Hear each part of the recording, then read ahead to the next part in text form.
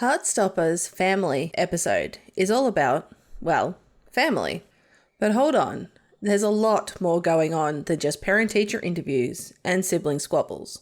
This episode is jam-packed with tension, love, and serious emotional growth, and we dive into the family dynamics that range from sweet to downright heartbreaking. So let's unpack all the drama, because what happens in these families and relationships reveal so much about our characters that we've come to love. Let's break it down. Family dynamics.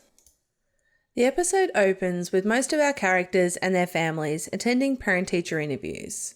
Although some moments are brief, like Isaac with his mum, they still give us a deeper understanding of the characters. With Tao, we see his mum is quick to come to his defence, even when Mr. Ajay points out that Tao is struggling with his coursework. Later, she opens up to him and explains how lost she felt when her husband died, and how she understands Tao's fears of losing Al.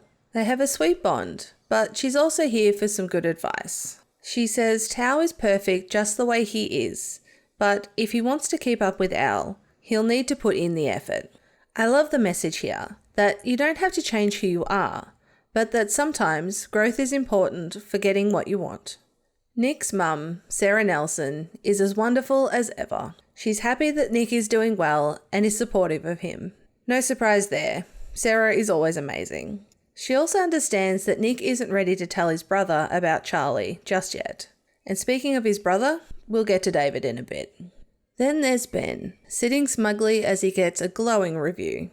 After just watching season 3, I had almost forgotten how irritating Ben could be, but his need to impress and maintain a perfect image are on display here. We know Ben is all about appearances. This is why he told Charlie not to talk to him in public. He can't stand being seen as anything less than perfect. As for Charlie, well, let's just say the parent-teacher interviews isn't going smoothly. Brothers divided. Nick may have an amazing mum, but his brother David is a whole different story. From the moment we meet him, he's rude to Sarah and immediately starts probing into Nick's love life. He has zero sense of boundaries, walking into Nick's room uninvited and snooping through his messages. This leads him to seeing the heart-filled text from Charlie, and later David takes it a step further by confronting Charlie when Nick isn't around. And that's when we see the real David. The toxic masculinity and homophobia come out in full force. Nick does his best to stand up for himself. I'm bi, actually, and so what? But it's tough in the face of David's boorish behaviour. The argument escalates as they continue to fight all the way down the stairs, eventually dragging their mum into it. And just when you think it couldn't get any worse, 2 moments really push it over the edge. First, David suggests that their dad will react even more harshly to the news, planting the looming threat in Nick's mind. Second is the way it affects Charlie. His small, hesitant, Should I go home? Breaks my heart every time. Nick is understandably caught up in his own situation and misses how this interaction triggers Charlie's trauma from past bullying. Though Nick later tries to make things right by sending reassuring messages, and kudos for him for handling his first bad experience of coming out so well, the damage is already done for Charlie. We see him slip back into that dark place. Good cop, bad cop. Now let's dive into Charlie's relationship with his parents, because wow, there is definitely some issues there. I've mentioned before how much I like Charlie's dad, and that still holds true in this episode. He's clearly concerned about Charlie's grades and the changes in his life, but he approaches it with an understanding and compassionate view. Charlie's mum, on the other hand, takes a much stricter approach. She quickly jumps to banning Charlie from seeing Nick entirely, which only pushes Charlie to rebel.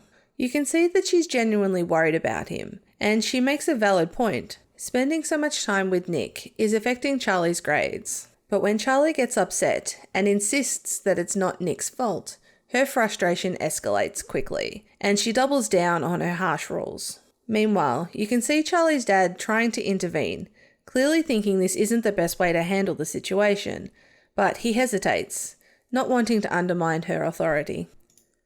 Putting Nick first. Now let's talk about Charlie's Nick first, me never attitude that's becoming more apparent. As his mum said, I know getting your first boyfriend is very exciting. And even though Nick isn't Charlie's first, he clearly means so much more to him. Charlie's need for everything to be perfect, which we saw in the last episode, is driving him to focus all of his energy on Nick, while completely neglecting himself. This is starting to show, not just in his grades and his focus at school, but in his behaviour. He breaks his mum's rule and sneaks off to see Nick twice, not even considering the consequences for himself. His only concern is being there for Nick when Nick is feeling down. We also see this when he crashes Nick's exam prep session, just to be near him. A bold move, especially given how many people could see them, considering they're not out yet. But once again, it shows how Charlie is only thinking about Nick, without any regards to the potential fallout. Nick versus Ben. Nick is dealing with his own set of problems, and it's not just because I'm comparing him to Ben again. He is trying to focus on his exams while navigating the tension of having his brother home. On top of that, he is caught up with trying to protect Imogen from Ben, while dealing with the weight of knowing what Ben did to Charlie. Nick is desperate to keep Imogen safe, especially after seeing that smug smirk from Ben right before he kisses her. But there's a problem. Nick can't tell Imogen the full story without outing Charlie, so his warning falls flat. Imogen, confused and upset, runs back to Ben, leaving Nick feeling powerless.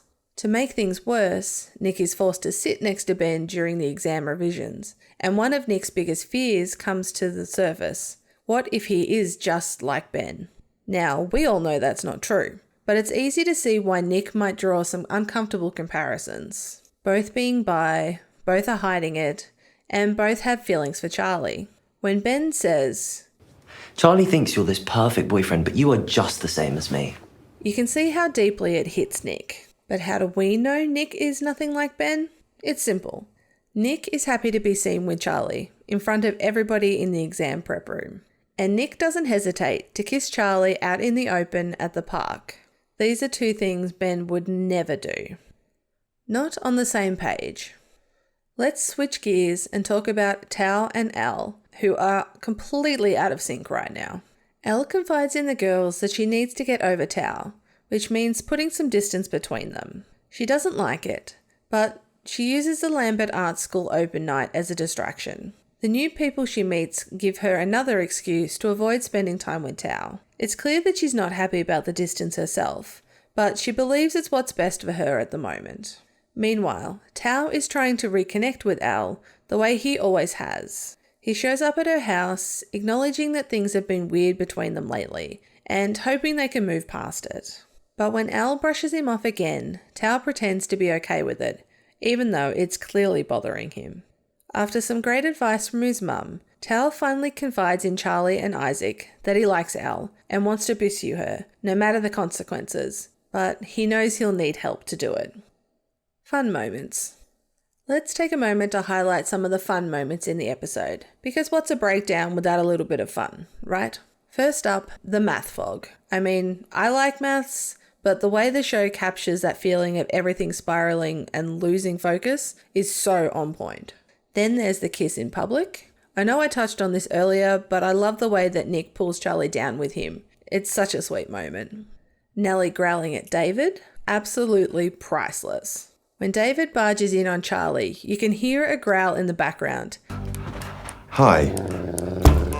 And it has to be Nellie. She's clearly not a fan of David either. And how about star-crossed lovers? It's more fun knowing that Kit Connor is playing Romeo on stage in real life right now. And not liking Marvel movies. I did warn you I'm not a fan of Marvel movies. But what about TV shows? Joe Locke is too much fun in Agatha All Along. What makes this episode stand out is how it reminds us that family and relationships are rarely easy or perfect. Whether it's Nick standing up to his brother, Charlie navigating issues with his parents, or Tao and Al figuring out what their feelings are, these connections are messy. But that's the beauty of it. Family, whether blood or by choice, takes work.